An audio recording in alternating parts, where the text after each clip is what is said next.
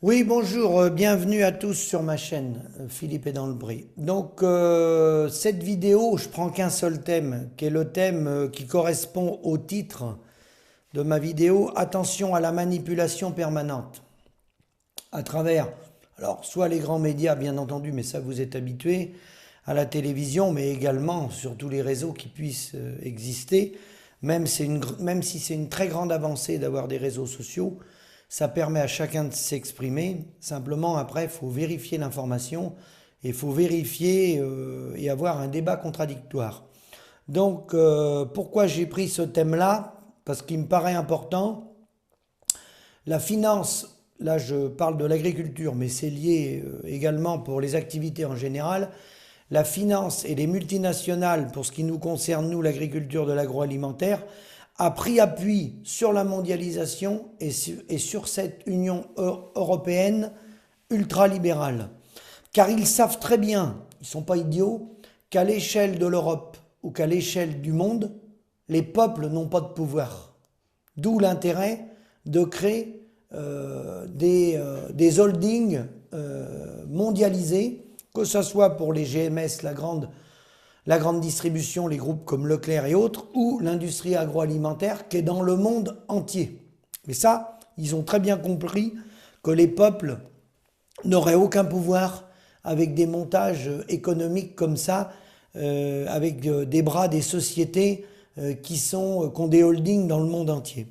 Voilà. Alors cependant, par rapport aux informations que vous pouvez voir sur les réseaux, je tenais également à vous mettre en garde pour ceux qui ont des mots simples, c'est-à-dire vous en avez qui font campagne depuis des années sur le mot Frexit, en disant c'est très simple, Frexit, on sort de l'Europe et le lendemain tout est réglé. Alors attention à ces manipulations-là. Parce que le Frexit, renseignez-vous chez ceux qui ont fait ça, si vous gardez le même mode de fonctionnement économique, le même fonctionnement avec les traités de libre-échange et que vous ne changez pas le système, le modèle, vous pouvez faire le Frexit. Ça ne changera rien du tout.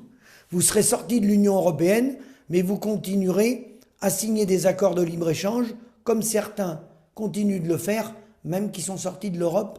Et je vous invite à aller voir les résultats en termes économiques, concrètement ce que ça donne sur les peuples ou sur les agriculteurs.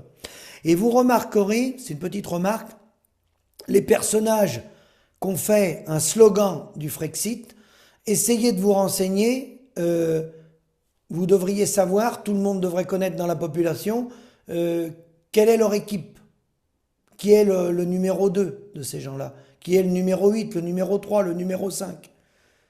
On ne les connaît pas.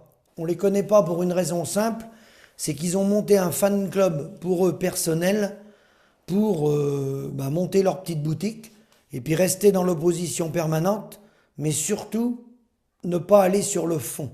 Le fond, c'est le début de ma phrase, c'est la finance mondialisée qui a mis la main sur les peuples. Donc faire Frexit pour garder les accords de libre-échange et garder la finance mondialisée, je vois pas trop l'intérêt, à part un slogan de campagne pour attirer des gens qui vont verser des cotisations et permettre à quelques personnes de vivre.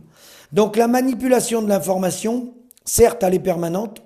Pour l'agriculture, le but du jeu de cette information permanente, vous l'avez quand il y a des festivals de l'élevage, quand il y a la fête de l'agriculture, quand il y a la fête du labour, chaque année.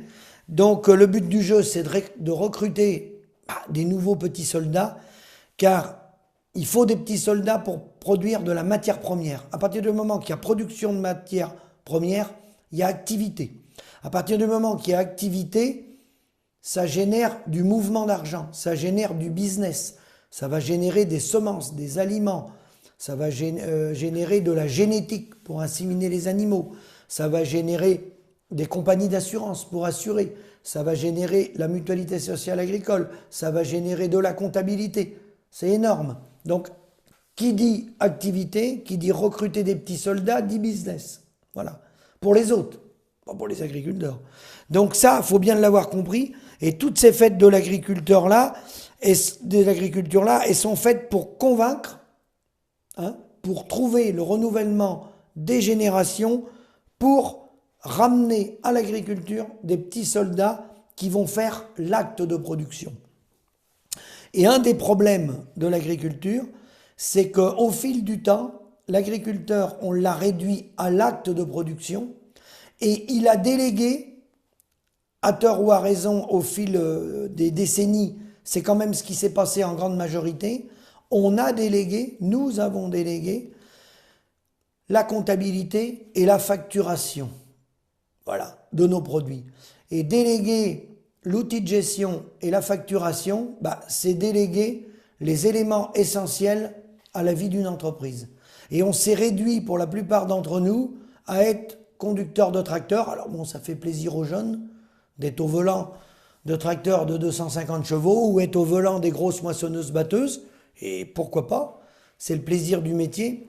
Simplement, c'est pas ces éléments-là qui amènent la clé économique et les outils économiques pour prendre des décisions, pour avoir une vue à long moyen terme sur l'entreprise et pour appréhender l'évolution de la société, l'évolution sociétale, les changements de mode alimentaire qui sont en train d'arriver dans notre société, c'est sûr que si on fait que du tracteur, que de la mécanisation, ou qu'on est, comme on dit en langage cru, qu'au cul des vaches, c'est pas là qu'on va appréhender les changements qui arrivent dans notre société à vitesse grand V, et ça on ne peut pas s'y opposer, ça a toujours été comme ça.